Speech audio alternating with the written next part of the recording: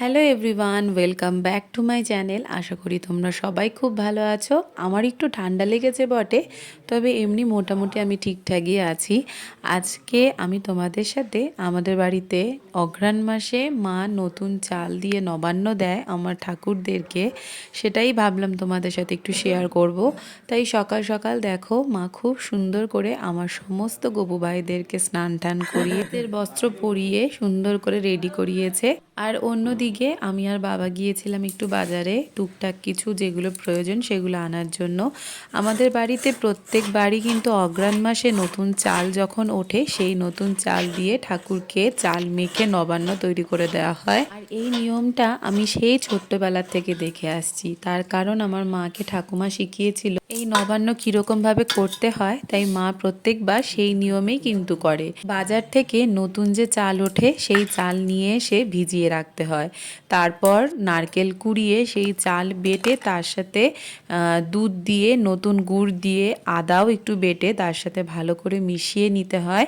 তারপর ভালো করে যেরকম সিন্নি মাখা হয় সেইভাবেই মাখতে হয়। এইভাবে প্রত্যেক বাড়ি কিন্তু মা আমার বাড়ির দুই গপু ভাইদেরকে নবান্ন করে দেয়।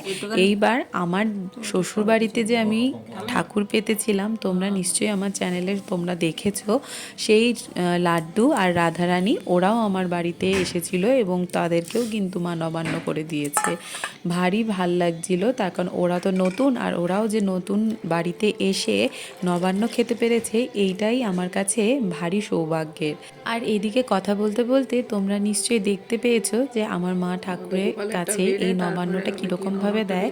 তোমরাও অবশ্যই দিতে পারো, কিন্তু এই নবান্ন দেওয়ার একটা নিয়ম যে পূর্ণিমা তিথিতে দেবে। আমার মা পূর্ণিমাতেই কিন্তু ঠাকুরের কাছে দিয়েছিল, আর অঘ্রাণ মাসে দিতে হয়। ঠাকুরের কাছে ভোগ নিবেদন করে মা এবার পুজো স্টার্ট করলো। আমি শুনেছি এই নবান্ন উৎসব গ্রামের দিকে আরও অনেক বড় করে হয়, গ্রামের অনেক মানুষদেরকে একসাথে নিয়ে এই পুজো হয়, কিন্তু আমাদের শহরাঞ্চলে এরকম তো করাটা সম্ভব হয় না, তাই জন্য যে যার বাড়িতেই সম্পূর্ণ করে এই পুজোটা। কার কার আমাদের বাড়ির মতন এরকম নবান্ন উৎসব হয়ে থাকে এবং বাড়িতে গপুদেরকে ভোগ দেওয়া হয়, অবশ্যই কিন্তু আমাকে কমেন্ট করে জানিও।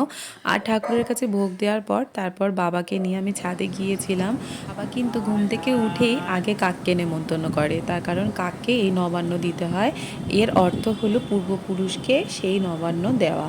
জল দাও। তবে আসি, তোমাদের কেমন লাগলো আমার এই ছোট্ট মিনি ব্লগটা অবশ্যই কিন্তু জানিও। ভালো লাগলে অবশ্যই ছেড়ে যাওয়ার আগে লাইক শেয়ার কমেন্ট করো, আর চ্যানেলটিকে যদি সাবস্ক্রাইব করা না থাকে অবশ্যই কিন্তু সাবস্ক্রাইব করো। টাটা, রাধে রাধে।